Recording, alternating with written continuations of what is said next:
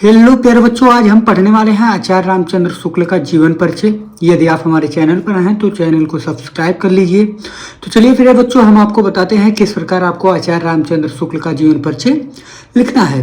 तो आपको सबसे पहले ऐसे हेडिंग डालना है आचार्य रामचंद्र शुक्ल, लेकिन आपको यहाँ ब्लैक स्केच का ही प्रयोग करना है। तो ऐसे आपको हेडिंग डाल लेना है। उसके बाद जीवन परिचय हेडिंग डालकर फिर इनका जीवन परिचय जो हम लिखेंगे प्यारे बच्चों, ऐसे लिखेंगे कि हिंदी के प्रतिभा संपन्न साहित्यकार आचार्य रामचंद्र शुक्ल का जन्म सन 1884 ईस्वी में बस्ती जिले के अगोना नामक ग्राम में हुआ था।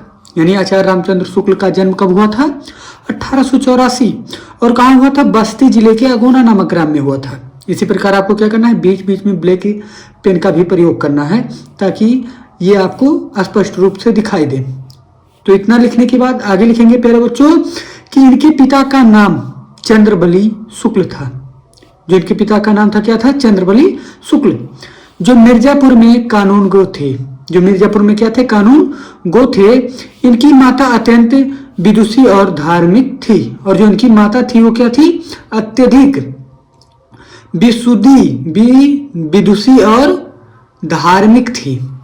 उसके बाद प्यारे बच्चों आगे लिखेंगे कि इनकी प्रारंभिक शिक्षा दीक्षा पिता के पास जिले की राठ तहसील में हुई। यानी इनकी जो प्रारंभिक शिक्षा हुई वो पिता के पास ही हुई, राठ जिले के राठ तहसील में हुई।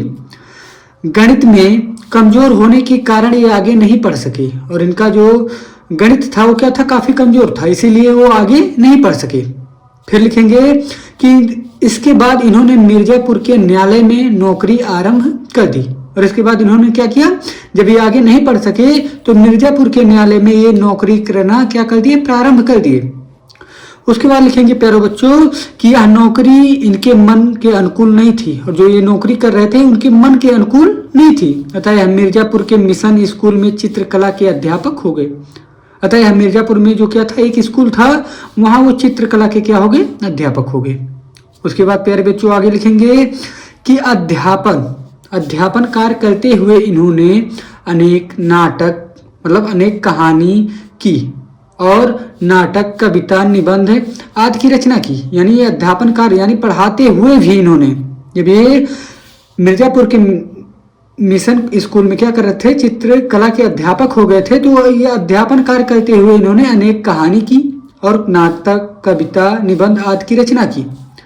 इन्होंने 19 वर्ष तक काशी नगरी प्रचारणी पत्रिका का संपादन भी किया। और इन्होंने 19 वर्षों तक काशी नगरी प्रचारणी पत्रिका का क्या किया? संपादन भी किया। इस दिग्गज साहित्यिक का सन 1941 ईस्वी में स्वर्गवास हो गया।